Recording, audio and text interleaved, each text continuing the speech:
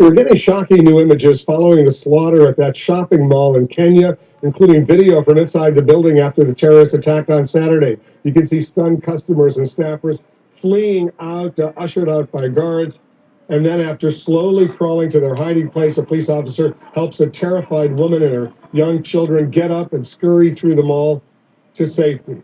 And this, what is now a gaping cavern where part of the mall collapsed, cars dangling on the edge, 61 civilians, 6 security officers, 5 terrorists died in the siege. Officials say the death toll will rise as bodies are recovered from the rubble.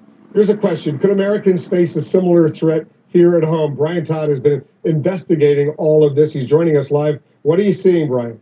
Well, that attack exposed the vulnerabilities of shopping malls. They are wide open, and they are high-value targets for the psychological impact. But as we learned in Minneapolis, it certainly doesn't mean that mall security personnel and customers are helpless.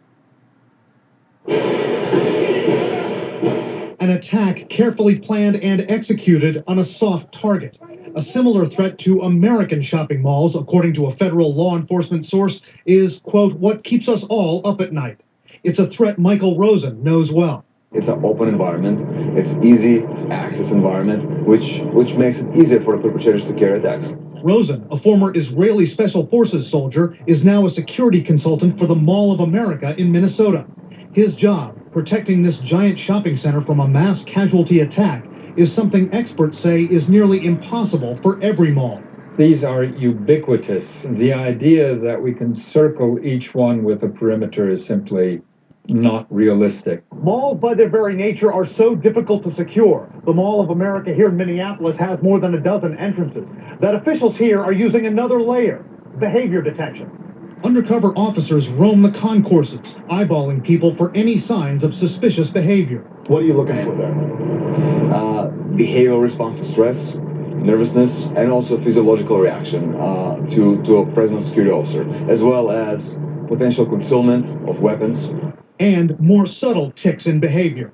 From the tiniest expression in the face to the way somebody walks or carries themselves, how they're looking at another person or at an area. But their cutting-edge approach goes further. Twice a month, the Mall of America holds lockdown drills for employees and customers.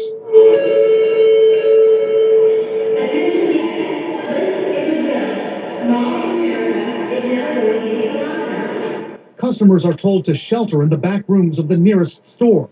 There are security checks for vehicles coming in with merchandise.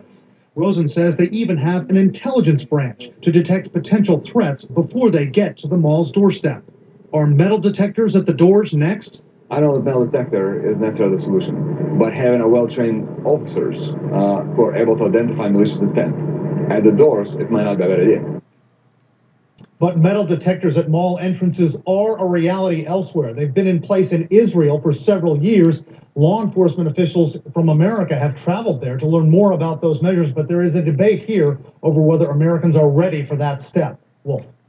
Brian Todd reporting for us. Thank you. Coming up, White Castle, Duck Dynasty, Dr. Seuss, and more. CNN's Jeannie Most has the top 8 moments from Ted Cruz's Marathon Senate speech.